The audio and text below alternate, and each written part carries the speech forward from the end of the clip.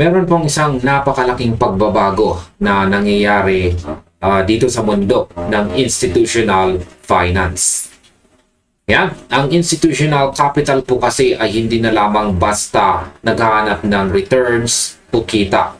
Hinakabol na rin nila ang environmental compliance. At sa gitna ng pagbabagong ito, ang Pi Network ay opisyal ng umaakit ng mga green tech funds na dati ay lumalayo po sa crypto dahil sa mga issue sa kuryente at saka carbon footprint. Kaya sa video na ito ay pag-uusapan po natin kung paano ang low carbon architecture ng Pi Network ay nakaposisyon ngayon para maging pangunahing alternatibo para sa sustainable finance. Hindi natin kailangang dumaan sa komplikadong chart reading dahil ang focus natin ngayon ay kung paano po binabago ng environmental standards ang galaw ng malalaking investors sa buong mundo. Kaya aalamin po natin ang bawat detalye kung bakit ang pagiging eco-friendly ay hindi na lamang basta isang bonus, kundi isang pangunahing pangangailangan para sa kaligtasan ng anumang digital asset sa kasalukuyang taon natin ngayon.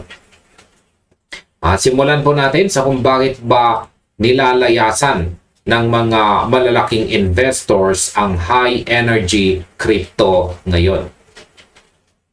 Kaya pag-usapan muna natin ang krisis na kinakaharap ng mga energy intensive blockchains ngayong taong 2026. Nakikita natin ang matinding global carbon tax surge na direktang nakaaapekto sa mga operasyon ng proof of work mining sa iba't ibang parte ng mundo. Dahil po sa mga bagong batas na ito, ang mga traditional na institutional funds ay mabilis na nag-aalis ng mga high energy assets mula sa kanilang mga portfolio para masunod ang mahigpit na ESG mandates o environmental, social, and governance standards. Kung susuriin po natin ang sitwasyon, napakalinaw na ang lumang sistema ng pagmimina na kumukonsumo ng napakalaking kuryente ay unti-unti nang pinapatay ng mga regulasyon. Ayon po sa isang analyst, ang mga investment firms ay naharap ngayon sa napakataas na multa kapag hindi po nila nilinis ang kanilang mga portfolio. Kaya naman hindi po nakapagtataka na iniiwan na nila ang mga lumang networks. Sa kabilang banda, inihanda nito ang entablado para sa kung paano nalutas ng Pi Network ang tinatawag nating scalability versus sustainability paradox.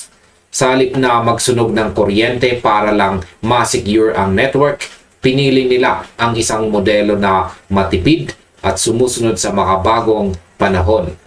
Para po sa mga malalaking investor, ito ang sagot sa kanilang problema sa mga papasok na buwis at parusa mula sa gobyerno.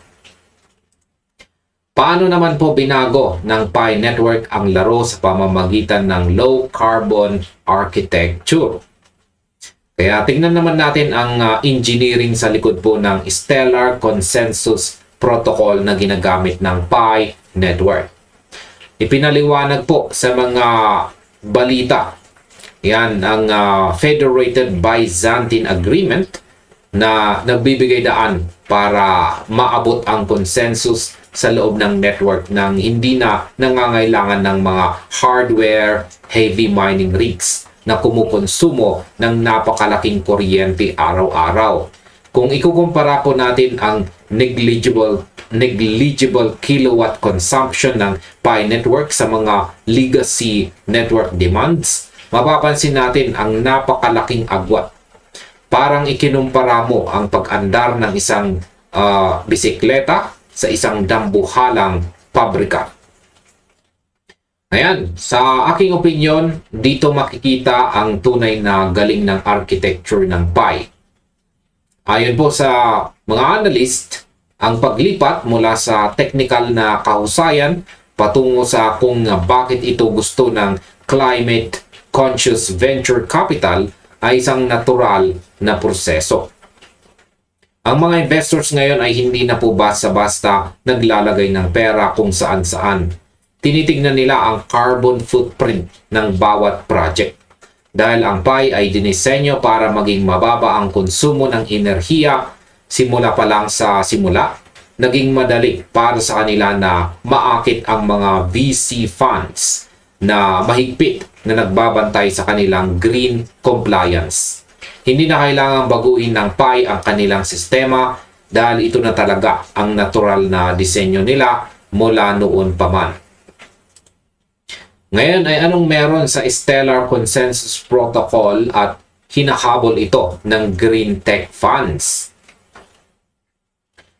Ayan, pag-usapan naman natin ang institutional pivot patungo sa mga green digital assets ngayong taon.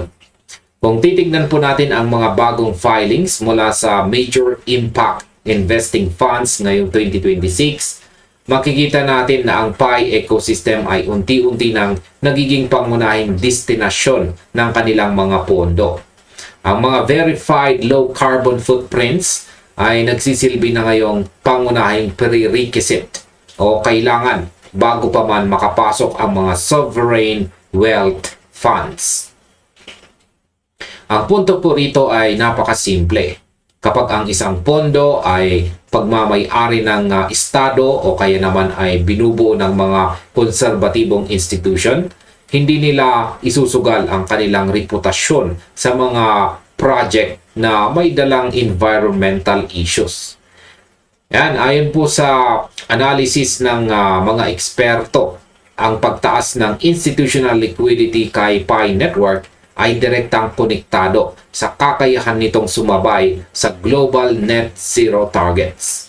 Ang pagpasok ng ganitong kalaking pera ay hindi po aksidente. Ito ay resulta ng maingat na pagsusuri kung aling mga project ang tatagal sa gitna ng nagbabagong klima ng mga batas sa buong mundo. Kapag ang isang asset ay may malinaw na green alignment, nagiging mas madali para sa mga board members na aprobahan ang pagbuhos ng milyong-milyong dolyar. Ngayon ay bakit ang ESG compliance na ba ang susi para sa pagpasok ng sovereign wealth funds? Isunod naman nating suriin ang papel ng real-time energy audits sa pag-akit ng mga conservative institutional portfolios. Sa kasalukuyang sistema, ang pagkakaroon po ng transparent nodes ay ginagawang mas madali para sa mga pondo na iulat ang kanilang environmental impact sa kanilang mga shareholders at stakeholders nang walang kahirap-hirap. Dito natin makikita na ang green compliance ay hindi na lamang isang marketing strategy, kundi ang pangunahing catalyst para sa susunod na wave ng corporate adoption. Kung ako po ang tatanungin, ang transparency ang pinakamalakas na sandata ng Pi Network sa aspetong ito. Ang mga nakaraang henerasyon ng crypto ay nahirapan po sa reporting dahil sa itim na kahon o opaque na kalikasan ng kanilang consensus mechanisms.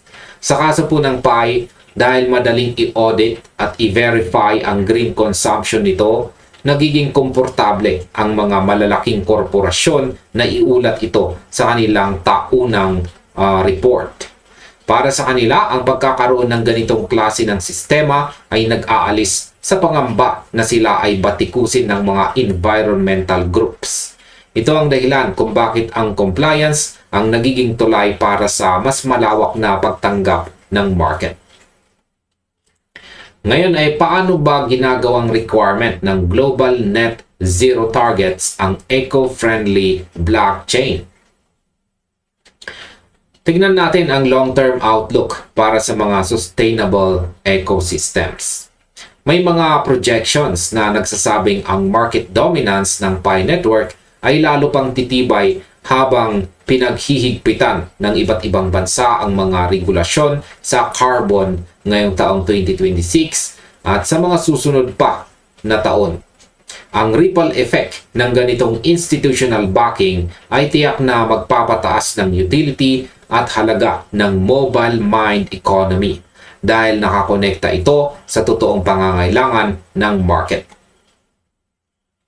At ayan, sa aking opinion, malinaw po ang mensahe mula sa mga eksperto kung saan ang pagiging eco-friendly ay hindi na lamang isang niche feature na pwede mong baliwalain, kundi isang ganap na kinakailangan para sa kaligtasan. Ang mga project na hindi po mag-a-adapt sa ganitong sistema ay tuluyang mapag-iiwanan ng panahon at ng mga bagong batas. Ang Pi Network sa pamamagitan ng maagang pagtutok nito sa mababang konsumo ng enerhiya ay naglagay ng sarili sa unahan ng karera.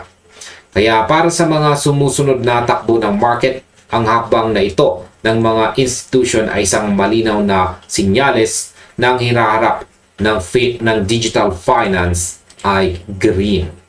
At hanggang dito na lamang po tayo sa video na ito mga ka-crypto. Marami pong salamat sa inyong panonood at maaari na rin po ninyong panoorin ang recommended video natin dito.